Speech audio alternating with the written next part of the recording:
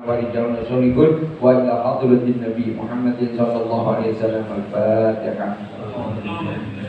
بسم الله الرحمن الرحيم الحمد لله رب العالمين الرحمن الرحيم مالك يوم الدين إياك نعبد وإياك نستعين اهدنا الصراط المستقيم صراط الذين أنعمت عليهم غير المغضوب عليهم ولا الضالين آمين.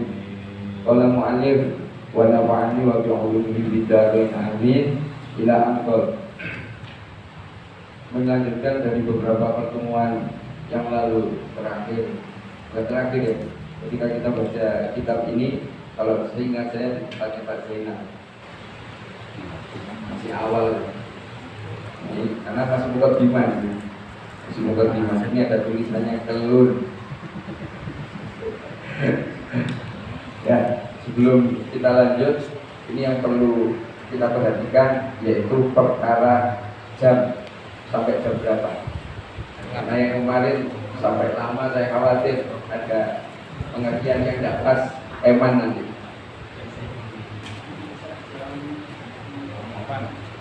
Setengah 8 atau jam berapa?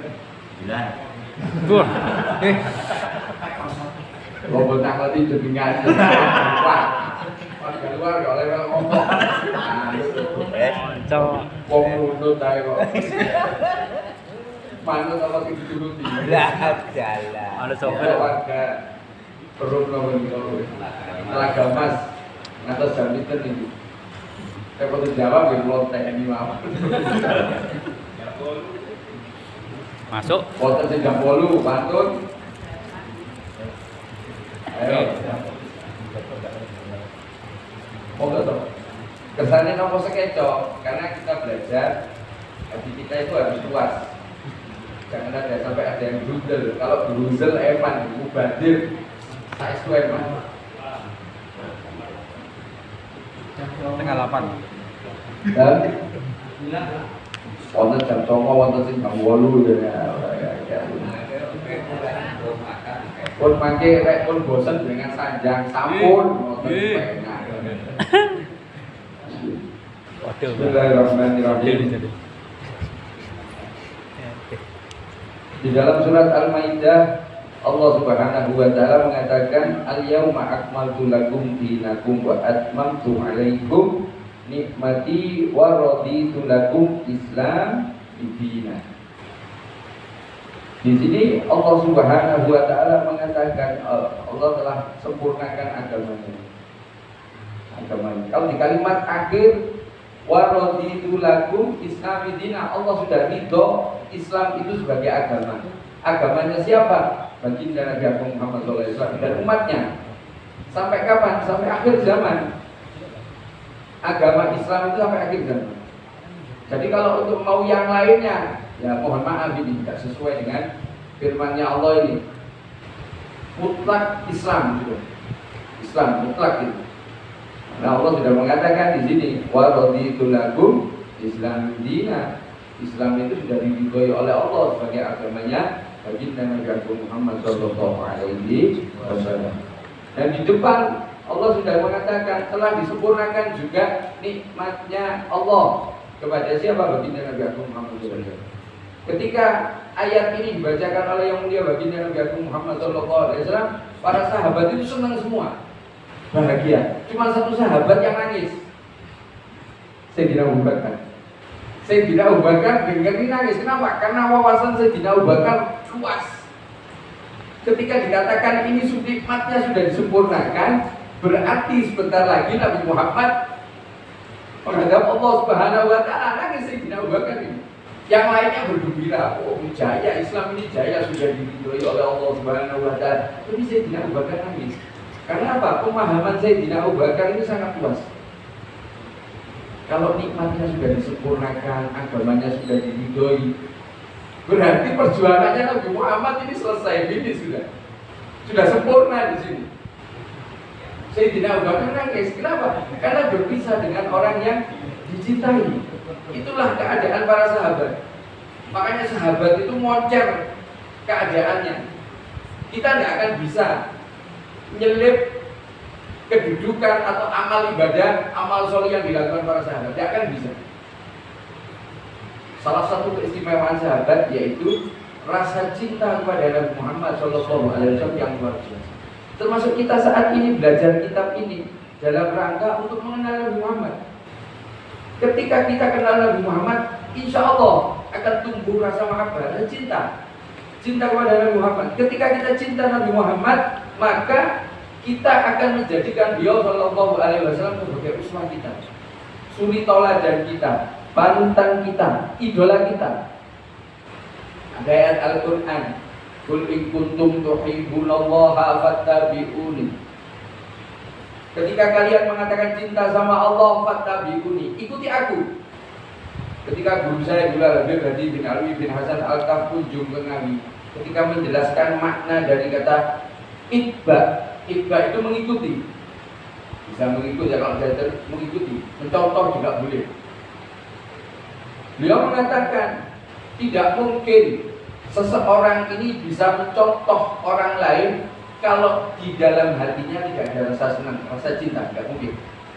Tidak mungkin seseorang ini bisa mencintai orang lain, bisa senang dengan orang lain kalau orang ini tidak kenal. Jadi diawali dengan kenal dulu, makanya kita belajar. Termasuk perintah daripada yang mulia baginda Nabi Agung Muhammad SAW kepada kita untuk keluarga kita. Saya katakan ini kepada para bapak-bapak sebagai kepala atau pimpinan rumah tangganya masing-masing, dan juga saya katakan kepada ibu-ibu yang Anda merupakan madrasah pertama dan utama bagi anak-anak. Adibu auladakum, ajari keluarga anak-anak kalian.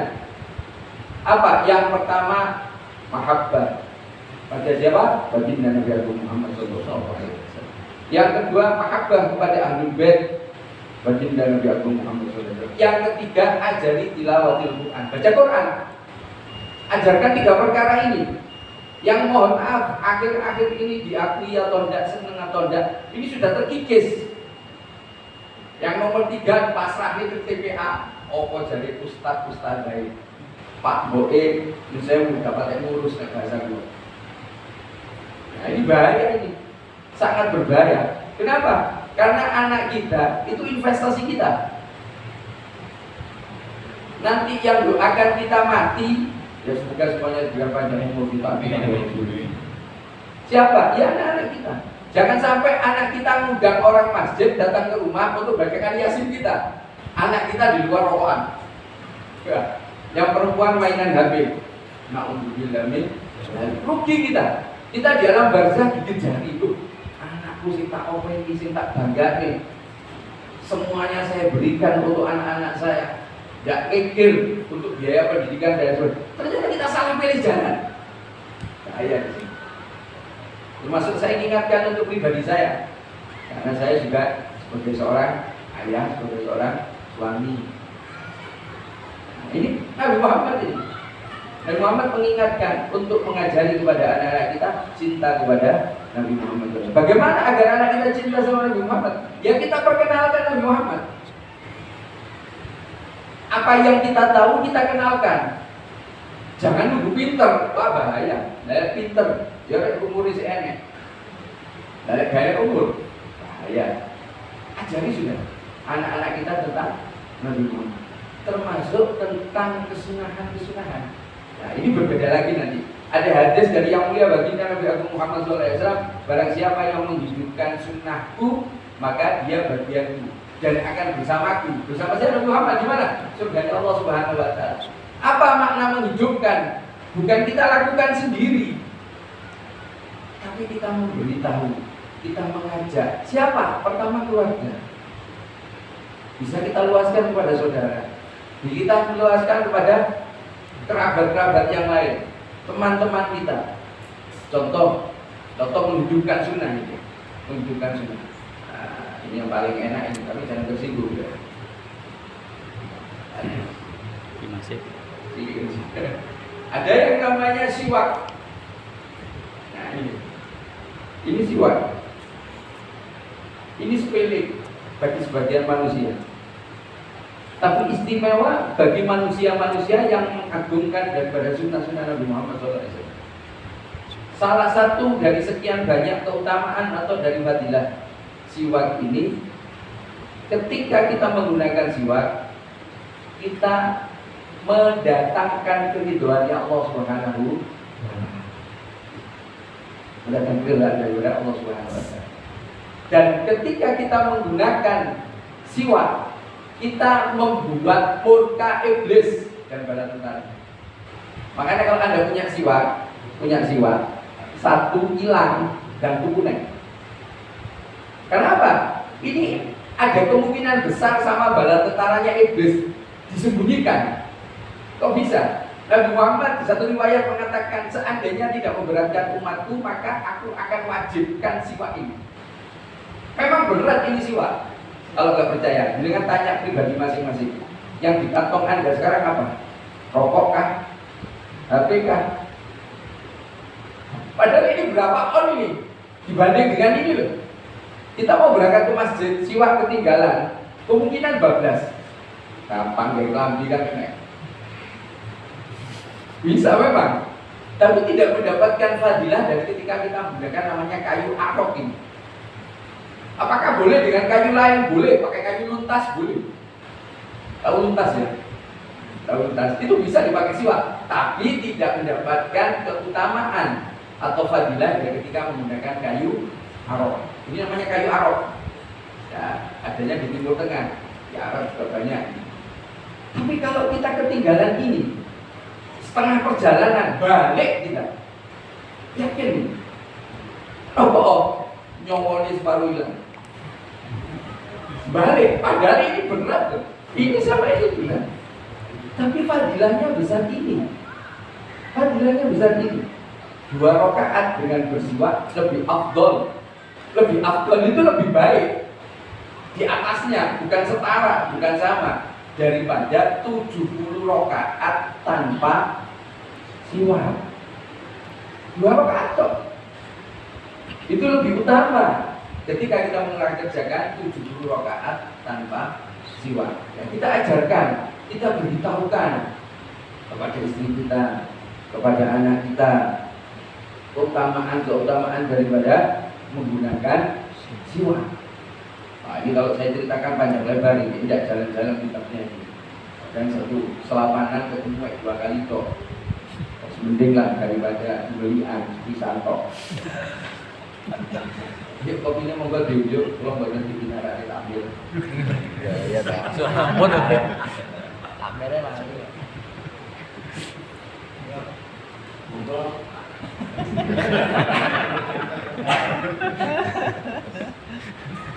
Kembali kepada firman-Nya Allah ini. Nah, di sini Sayyid Muhammad mu'allif daripada kitab ini tadi, ketika membaca ayat ini tadi diulang-ulangi terus. Beliau kalau bahasa kita mentadabburi daripada ayatnya Allah ini. Tapi kalau Sayyid Muhammad paham betul kosakata balaghah daripada bahasa Arab ini, beliau mengatakan bahwa dikatakan begitu indah daripada kalimat Allah ini, sehingga beliau mengulang sampai terdapat 3 kesimpulan, 4 kesimpulan dari ayat ini tadi. Yang pertama, kesimpulan pertama, Allah Subhanahu wa taala di dalam ayat ini mengatakan telah disempurnakan daripada agama Allah Subhanahu wa taala. Sempurna. Agama Islam ini merupakan agama yang sempurna. Coba kita perhatikan. Mungkinkah di ajaran-ajaran yang lain, saya tidak ngomong agama dulu, ajaran. Karena bagi saya agama cuma satu, ya Islam. Saya mau ngomong ajaran. Ajaran-ajaran yang lain memberitahukan, mengajarkan kepada kita cara, mohon maaf, buang air kecil atau buang air besar, cara masuk kamar mandi, cara keluar kamar mandi, bahkan mohon maaf, cara kumpul sama istri, kumpul sama suami diajarkan di dalam ajaran Islam. Kalau dikatakan sempurna, dari mulai hal yang kecil yang tidak begitu perhatian manusia itu diajarkan oleh ajaran Islam. cara buang air kecil, bagaimana. Diajarkan. Ketika kita tidak memperhatikan, maka efeknya itu akan kembali pada kita. Contoh, Islam mengajarkan kencing dengan jongkok. Dalam Islam diajarkan kencing dengan jongkok. Kenapa kok seperti itu? Dalam ilmu kesehatan, ketika kita kencing dengan posisi jongkok, kemungkinan besar air seni akan terkuras habis, tidak bersisa. Berbeda dengan orang yang kencing dengan berdiri. Ketika orang kencing dengan berdiri, saya ngomong orang loh ya, bukan ngomong kuda, kucing, anjing dan lain sebagainya enggak. Makanya yang boleh kencing berdiri sebetulnya ya kuda, anjing, kencing, sapi, kucing dan lain sebagainya. Yang boleh kencing berdiri. Kebo ya. Kalau manusia suruh duduk. Kenapa? Karena kalau berdiri itu akan ada tersisa daripada air seni yang akan mengendap. Dan efek daripada ini ketika dilakukan secara terus-menerus, maka akan tumbuh yang namanya batu. Itu sakitnya luar biasa itu. Sakitnya luar biasa. Karena apa? Air kencing yang kita keluarkan itu terdiri dari berbagai macam mineral. Jadi batu yang terbentuk ketika ada sisa endapan air kencing yang ada di dalam tubuh kita itu macam-macam. Makanya ketika orang kena kencing batu itu, kalau obat itu obatnya macam-macam, nggak satu tok. Karena mineralnya itu berbagai macam. Satu obat itu menghilangkan satu mineral. Itu pernah saya alami soalnya. Pernah saya alami. Bisa jadi dilakukan tindakan operasi dan lain sebagainya dan lain sebagainya. Itu efek. Dan ketika kita kencing dengan duduk, dengan jongkok, kita sudah mengamalkan dari sekian banyak sunnah. Salah satu daripada ajaran Nabi Muhammad SAW. Kemudian ketika kita kencing dengan jongkok, diajari, disunahkan gendem. Kalau tidak percaya itu dengan lakukan sisa air kencing yang ketika kita jongkok itu akan keluar lagi. Itu membuktikan masih ada endapan. Untuk apa? Maslahat kita.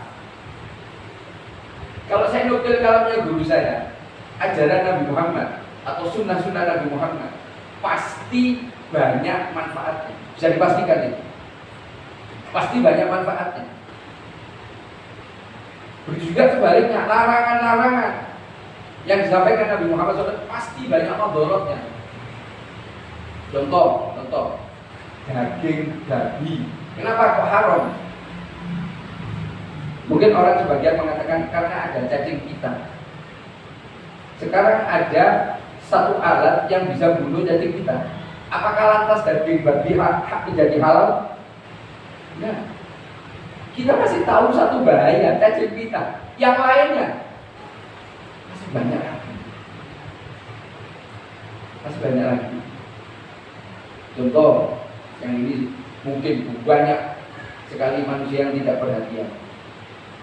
Yang mulia baginda Nabi Agung Muhammad SAW mengatakan, ketika masuk kamar mandi gunakan penutup kepala. Atas mireng ini. Perintah ini atas mireng anggota. Dereng gitu.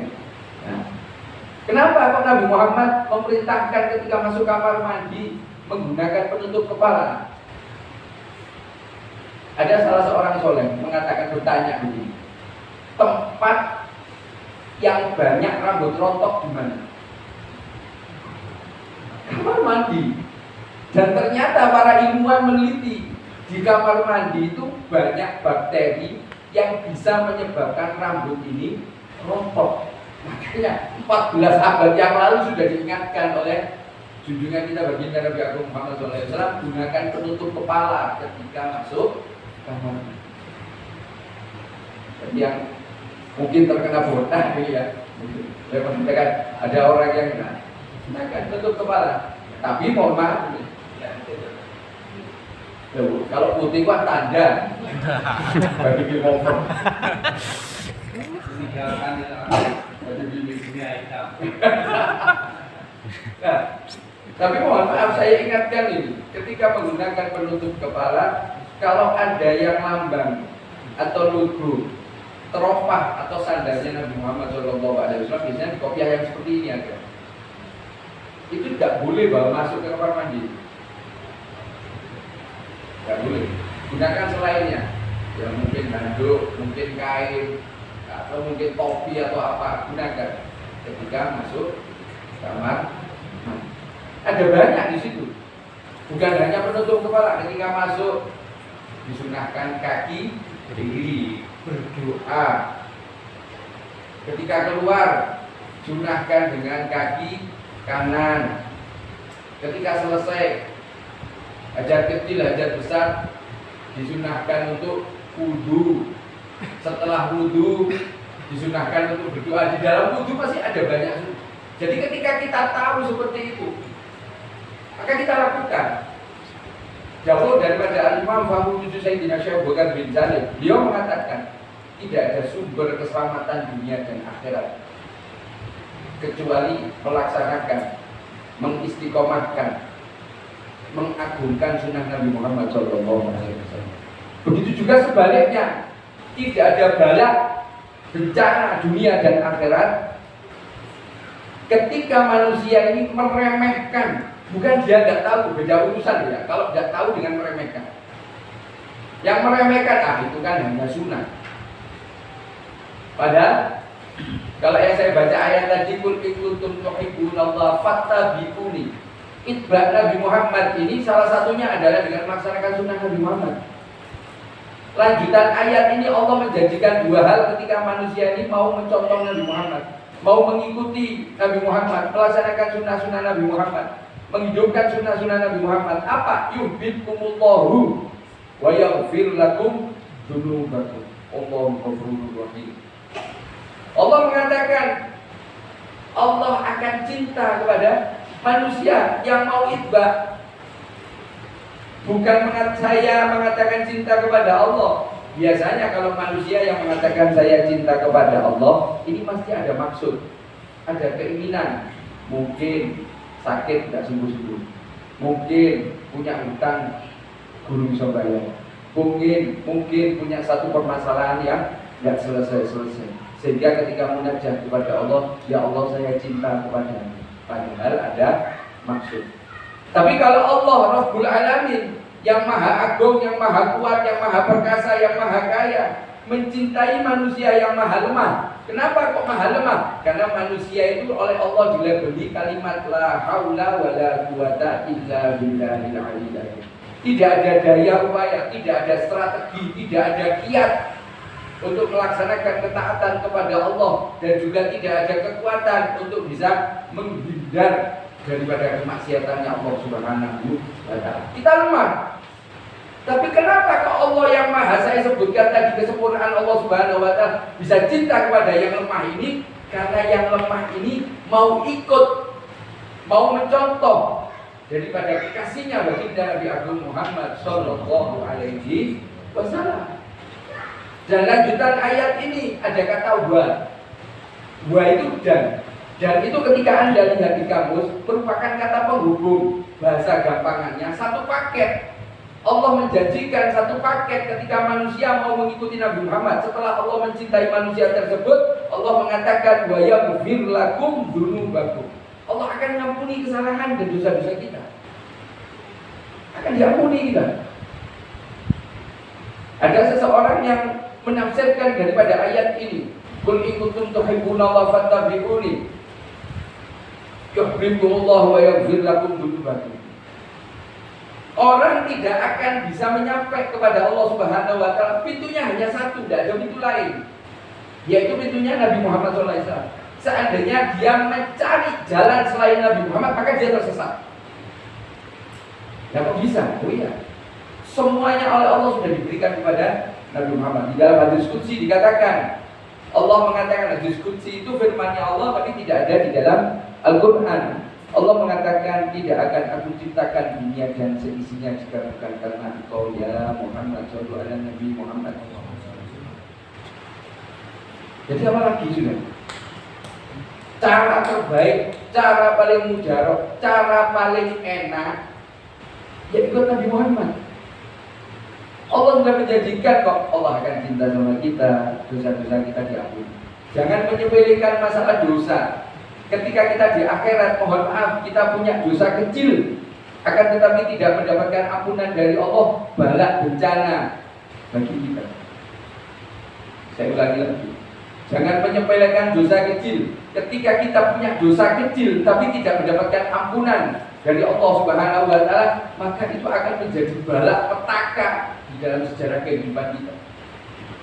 Tapi mohon maaf, jangan pernah putus asa ketika kita banyak melakukan kemaksiatan. Allah punya sifat Ghafurur Rahim, Allah punya sifat pengampun Ar-Rahim. Ada satu kisah ini di zaman Imam Habib Ali bin Muhammad bin Husain Al-Habsyi Syekh Maulid Tudur. Ketika beliau kunjung di suatu tempat, manusia berbondong-bondong untuk mengikuti majelis beliau, kemudian meminta berkah doa. Datang satu orang minta, Habib Ali doakan di kampung kami kemarauannya ini tidak selesai-selesai, mintakan sama Allah agar hujan segera diturunkan. Selesai didoakan, datang lagi. Habib Ali, saya ini miskin, dunia ini seolah-olah tidak mau saya, mintakan sama Allah agar dunia ini mau ikut saya. Didoakan, selesai. Ada orang datang, Habib Ali, saya ini belum punya keturunan. Didoakan, selesai. Ada orang lagi minta, saya ini belum punya istri. Didoakan, selesai. Akhir orang terakhir minta sama Habib Ali, Habib Ali doakan saya agar Allah cinta sama saya. Habib Ali sebentar diam, kemudian tanya, karena apa? Dari yang pertama sampai depannya orang ini minta urusan dunia semua. Jadi kok minta cintanya Allah ini ditanya, kenapa? Kamu kok minta cintanya Allah? Kenapa kamu kok minta saya untuk doa kepada Allah agar Allah mencintai kamu? Bukankah yang lain tadi minta urusan dunia, kamu kok minta perkara ini? Kemudian dia menjelaskan seperti ini. Begini, Habib Ali, seandainya ada seorang ibu yang sedang menggendong anak bayinya ini, mohon maaf, buang air besar atau buang air kecil. Tidak mungkin anak yang buang air besar, buang air kecil ada kotoran di dalam dirinya, ini bayinya dibuang. Yang dibuang ini cuma kotorannya. Kemudian badannya disucikan lagi oleh ibunya dan digendong karena ibunya cinta sama anak tersebut. Begitu juga saya nanti ketika menghadap Allah Subhanahu wa Ta'ala, saya banyak membawa dosa, saya banyak membawa kemaksiatan, pelanggaran-pelanggaran yang telah saya lakukan kepada Allah. Akan tetapi kalau Allah cinta sama saya, maka dosa saya yang dibersihkan oleh Allah, saya tetap dicintai oleh Allah Subhanahu. Pintunya cuma satu. Allah mengabarkan fattabi'u. Siapa? Nabi Muhammad SAW.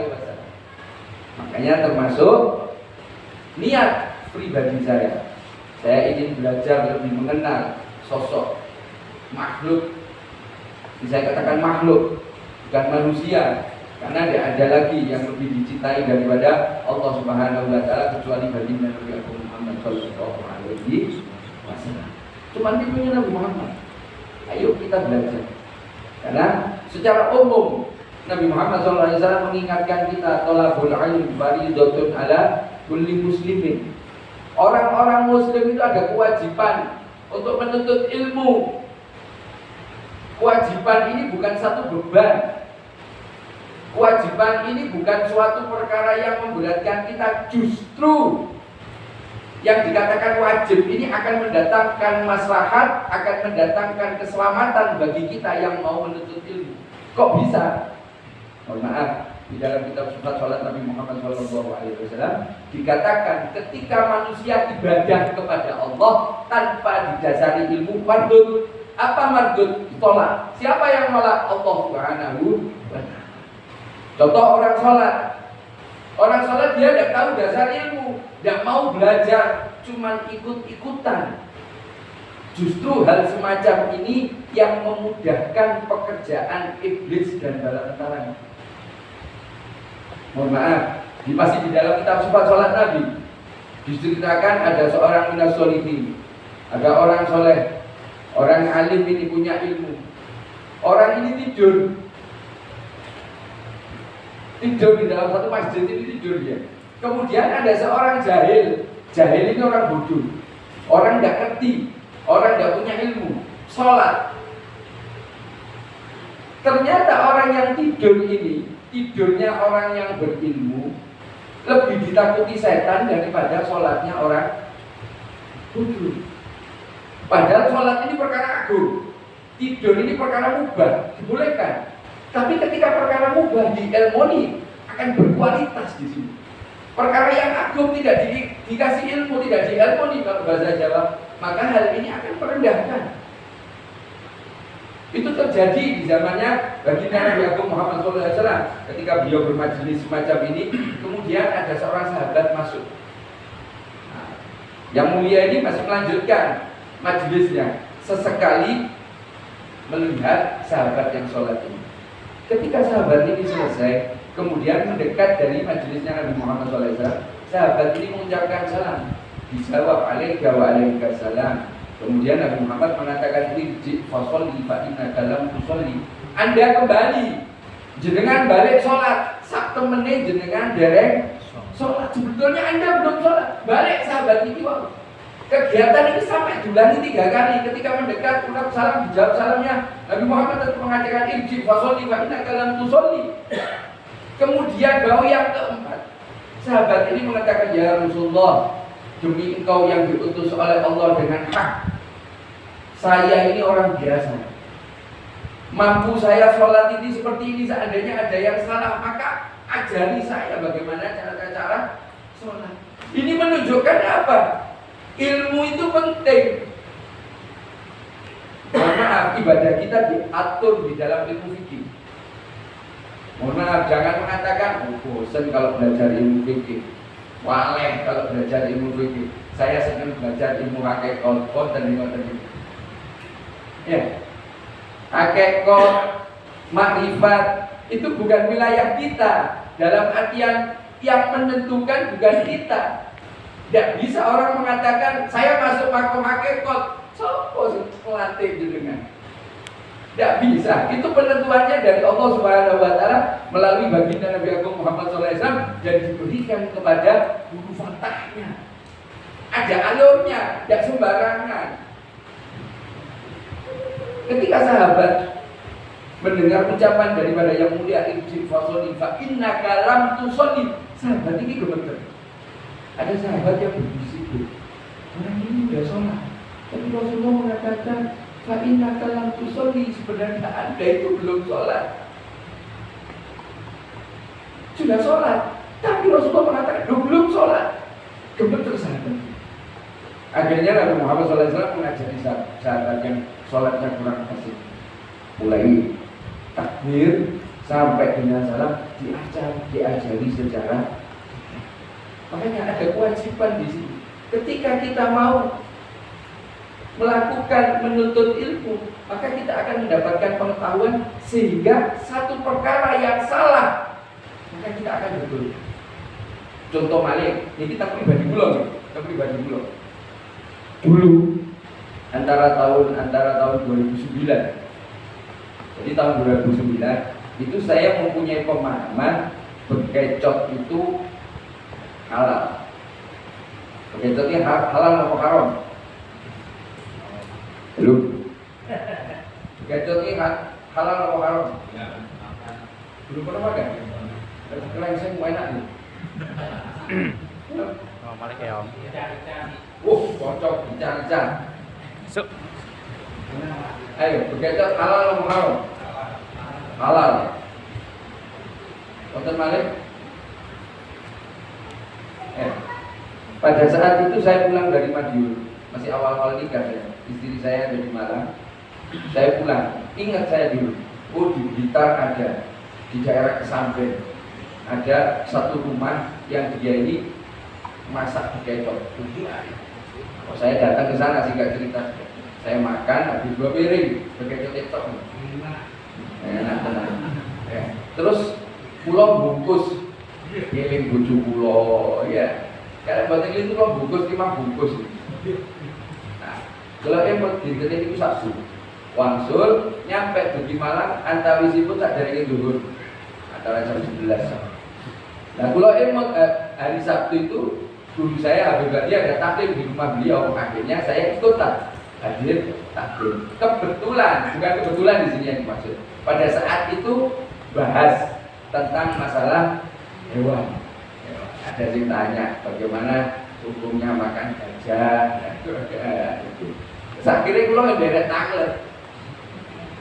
Tanya Beb, ya, bagaimana hukumnya begitu? Saya tanya dengan ini.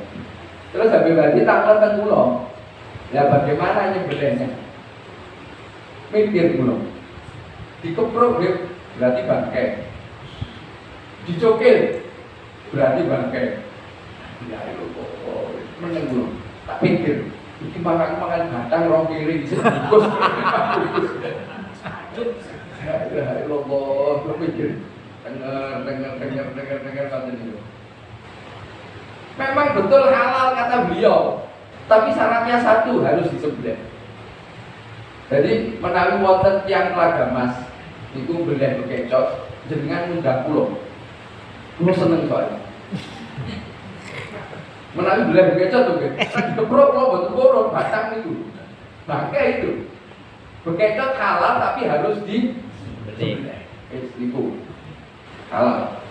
Tapi kalau ini kalau mau tadi kalau Pak niku terus kali Habib tenger-tenger sampai santri ini sedaya diaturi maem kali Habib kalau saya tenger-tenger. Kenapa?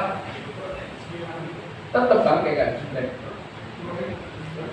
Kan keadaannya tidak darurat, beda dengan yang berburu. Kalau berburu kan beda. Misalnya berburu burung, sing diburu mau emprit, emprit. Lagi tembaknya di gotri, ditembak modern ini, hancur ini ditembak. Nah, ketika dia tembaknya menyebut asma Allah, ini untuk yang berburu boleh. Tapi kalau bekecot kan tidak darurat. Kalau burung di atas tidak bisa. Paham? Bertentangan.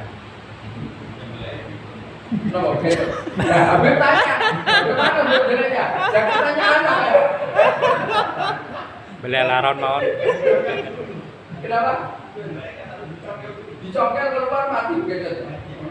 Ya kan jadi bangke. Termasuk ya, ini saya begini.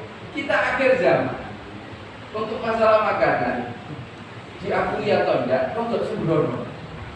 Karena saya pernah dijumpai, mohon maaf, sekarang ada aplikasi pesan itu, aplikasi pesan apa makanan itu. Saya punya tetangga dulu, dia Nasoro, dia Nasrani, jual macam-macam, ada nasi goreng, ada sampai ada singkong keju dan lain-lain. Apakah boleh kita makan dari hasil olahan yang Nasrani? Orang yang tidak seiman dengan kita? Asal boten. Ini anu. Kenapa? Boleh hanya nasi. Nasi boleh, taruhlah. Ini kasih saya contoh nasi. Contoh nasi. Yang masak orang di luar kita. Luar orang muslim. Apakah orang ini paham najis? Hati-hati loh ya. Hati-hati loh ya. Orang ini tidak paham najis, jadi kita makan dari olahan orang-orang di luar kita, tidak boleh. Kita makan barang najis itu hukumnya haram. Jangan bilang saya nuruti loh. Ini hukum loh. Tapi kalau Anda mengatakan apa sih penting niatnya ya tafadhol. Nafsi-nafsi sendiri-sendiri. Kewajiban saya sebagai saudara muslim yang bukti cinta saya kepada panjenengan saya sampaikan ini. Bukan saya ngedeli jenengan. Memang itu saya katakan orang akhir zaman sembrono kepada perkara ini tadi. Makanya yang saya barang berkah di akhir zaman itu sangat sedikit.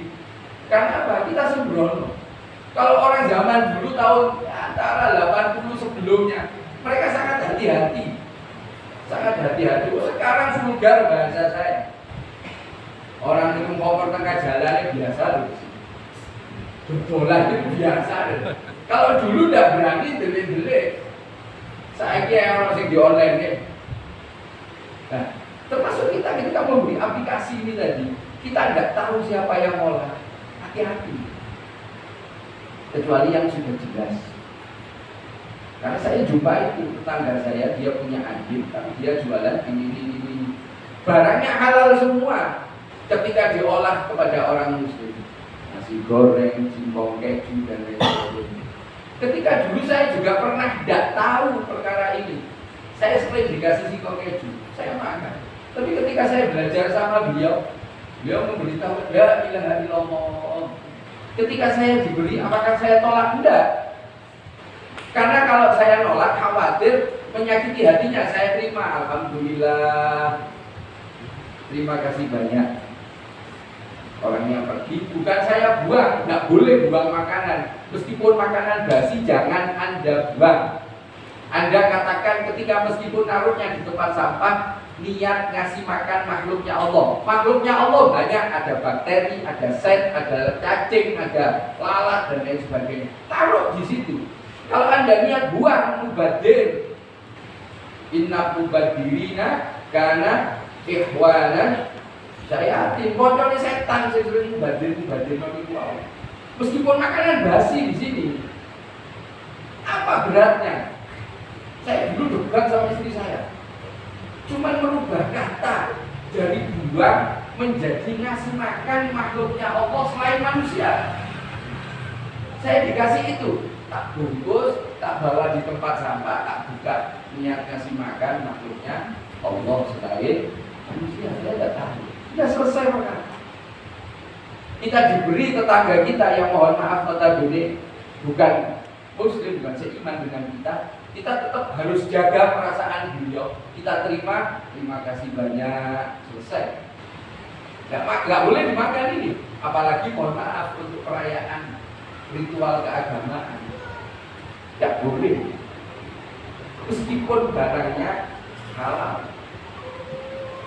Nggak boleh. Karena apa? Untuk persembahannya mereka. Betul. Bertentangan di hati panjenengan, betul. Bertentangan di betul apa? Sejauh mana pada saat misalnya kita ternyata tidak sudah apa Ya. Yuk. Meskipun kita sama-sama muslim, kalau kerjanya kan juga kita tidak tahu sejauh mana kesetiaan dalam menjalankan kesetiaan. Itu tanggung jawab daripada pemilik catering. Mohon maaf, saya dulu pernah kerja di catering. Kalau tidak salah, kalau di yang levelnya Jawa Timur, saya dulu pernah kerja di Bojana. Kita dulu pernah sampai di Madiun, Pak. Itu mereka dalam menjaga kesucian itu luar biasa. Mohon maaf. Dia untuk nyuci buah itu tidak mau pakai air keras. Untuk nyuci buah sayur Bojana dulu ketika saya kerja nggak boleh dipakai. Pakai apa? Air bermerek yang paling mahal. Saya sebutkan namanya. Air bermerek yang paling mahal, yang banyak disukai orang seger itu buat nyuci buah, nyuci sayur ketika saya kerja di catering Bojana. Dan saya pernah juga kerja di catering yang sifatnya lokal di Kota Malang karena saya bukan orang asli Madiun. Jadi gimana? Saya pernah dulu kerja di situ juga sama. Jadi mereka punya standarisasi, kecuali catering yang mohon maaf yang nggak jelas itu. Mereka sampai naik dewi itu banyak. Makanya ketika Anda mau pilih catering ya harus tahu dulu standarnya. Kita berhak kok tanya, kita berhak kok tahu. Boleh gitu. Jadi tidak asal pesan aja. Alangkah lebih baiknya kalau mungkin ada tetangga kita yang dia ini orang yang masya Allah jaga kesucian dan lebih dari tetangga kita. Itu manfaatnya banyak itu nanti. Karena kita semua membantu kepada yang bersangkutan misalnya berarti dimana kita misalnya pesan gorengan lewat online misalnya itu kan sama saja dengan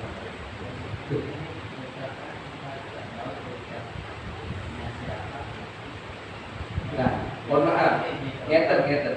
Kesannya boten baju pengertian. Contoh lah, seperti ini. Ada label halal. Sudah kita percaya sama ini. Kalau dia bohong, tanggungannya dia. Kalau kita mau meneliti, gak paham kita.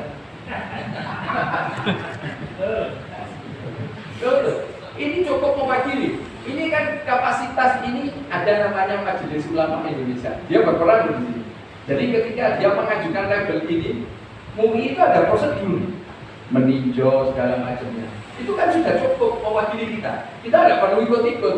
Nah kalau ada label halal semacam ini, maka dia yang bertanggung jawab. Kalau dia niat benar. Yang saya maksud di sini, untuk kehati-hatian. Jangan asal saja. Karena saya punya kasus seperti itu tadi. Saya punya tetangga, dia tidak seiman dengan kita, tapi jual barang halal semua. Nasi goreng kan halal menurut kita. Tapi kalau yang ngolah orang ini tadi, orang yang tidak seiman dengan kita, maka hukumnya akan berbeda. Itu yang saya maksud. Jadi kita harus tahu. Makanya untuk kehati-hatian, tidak sembrono. Bukan saya melarang untuk pesan lewat aplikasi, enggak, bukan. Untuk kehati-hatian, karena notabene orang akhir zaman itu relatif sembrono terhadap semua perkara. Bahkan ada akhir-akhir ini mengatakan, oh seperti ngatini api.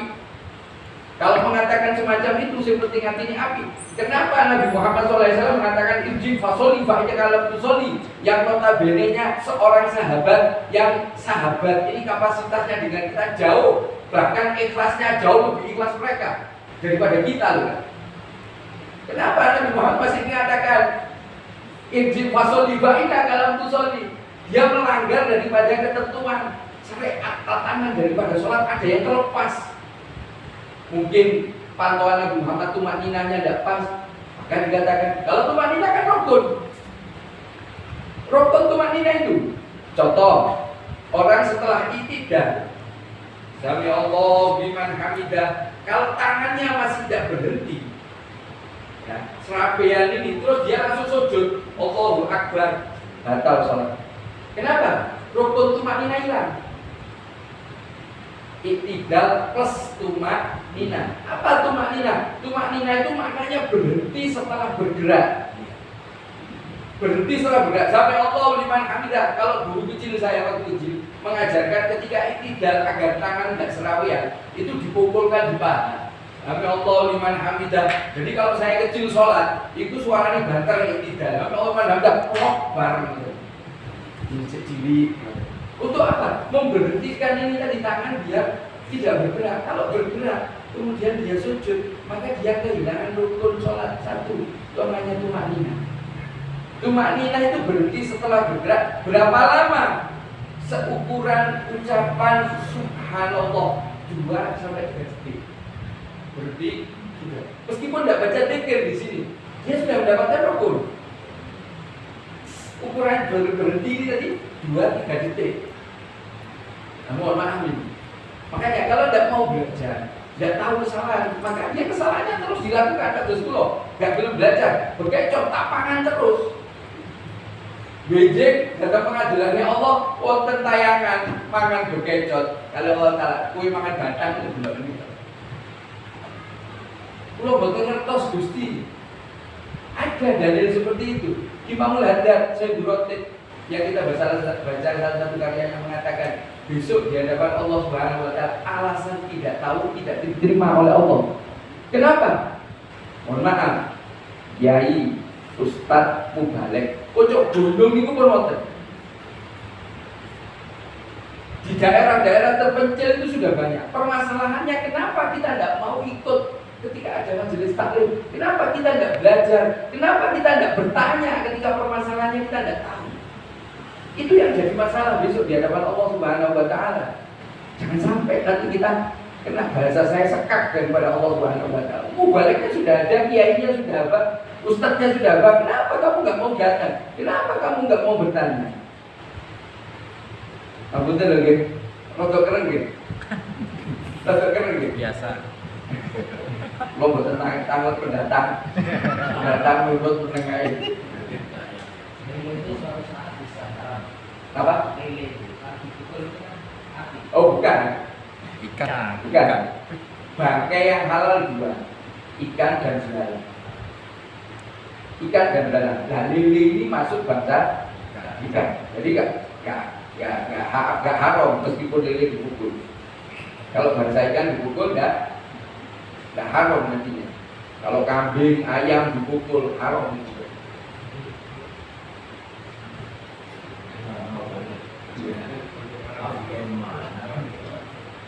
Ketika kita dikejar tangan lurus sama senjata, karena ada pendapat kalau memang kita tidak bisa menjaga tangan, sebaiknya kita senjata.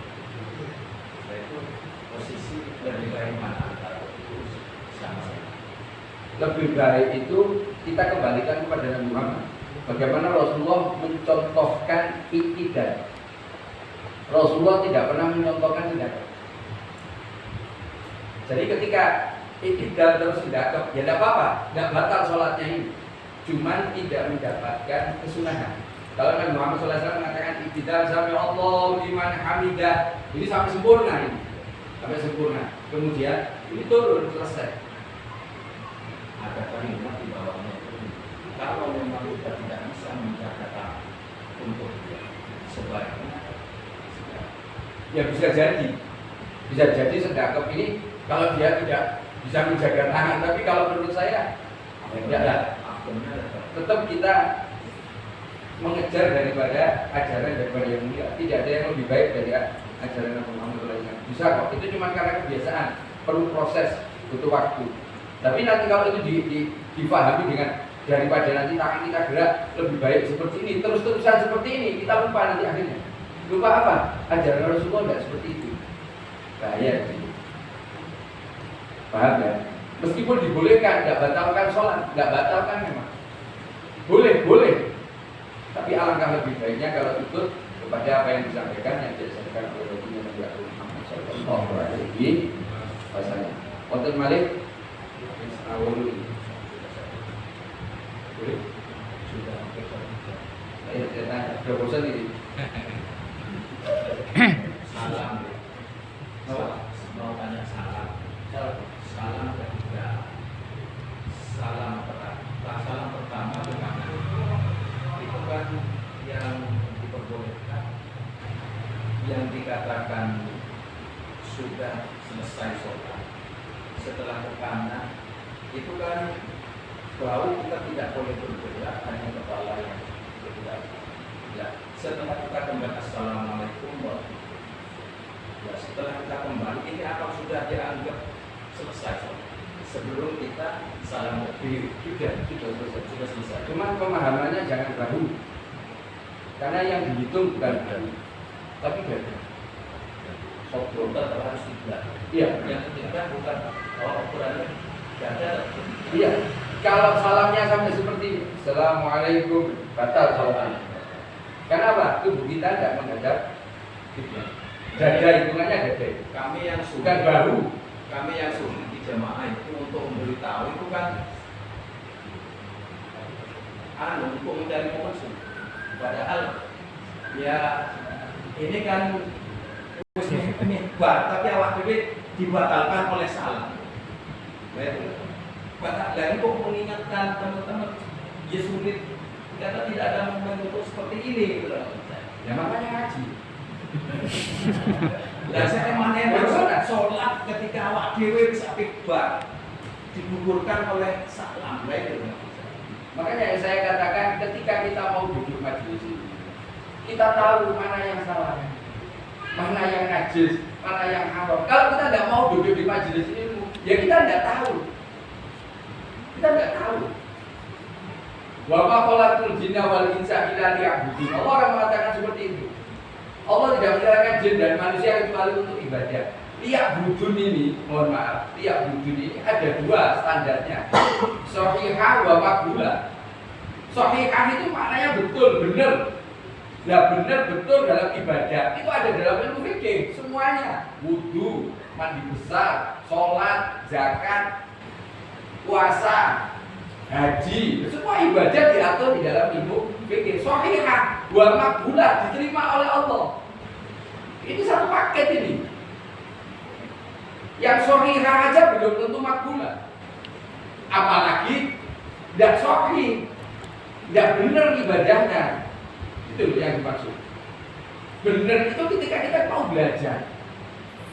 Contoh mau sholat, ya belajar tentang tata cara sholat, rukun-rukun sholat, sunnah-sunnah sholat, hal-hal yang membatalkan sholat, itu kita harus pelajari, harus tahu.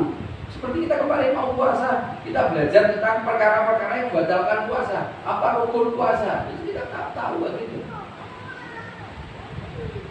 Sahih aja belum itu makbulah.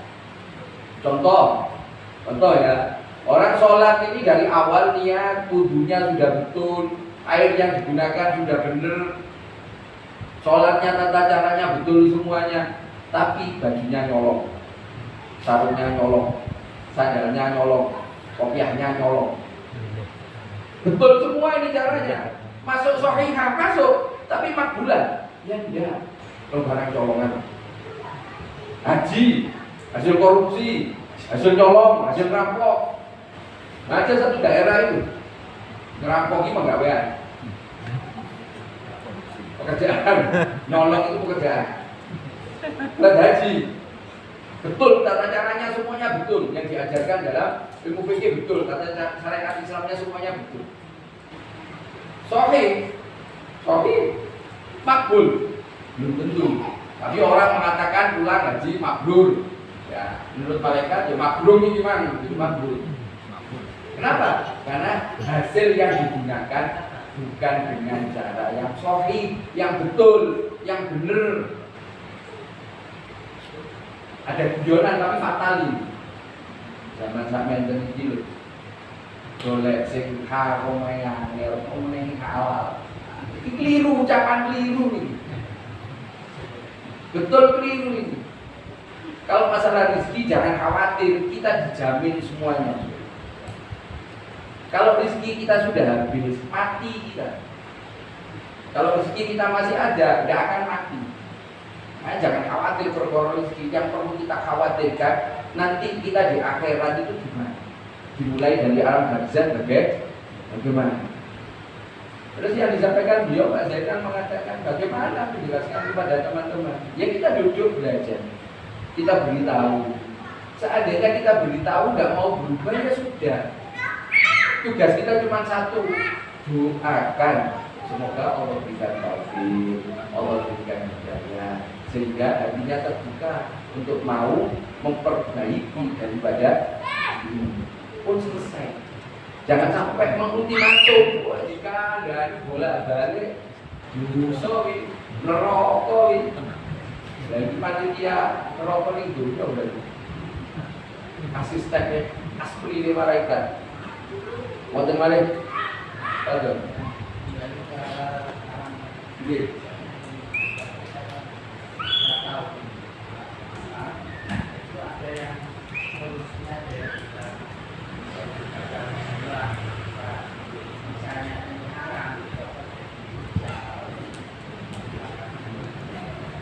Jadi ini jenengan contohnya toyo petak atau vodka.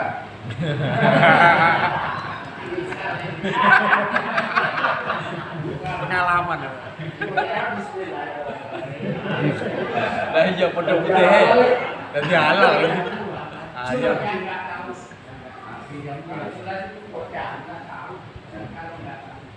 Kalau nggak tahu ini halal apa haram, kan kita lihat jenisnya dulu, Mbak. Kalau jenisnya seperti ini, ya kita datang di majelis, ini zatnya zat halal, ya tentu halal sudah. Kita datang di kondangan.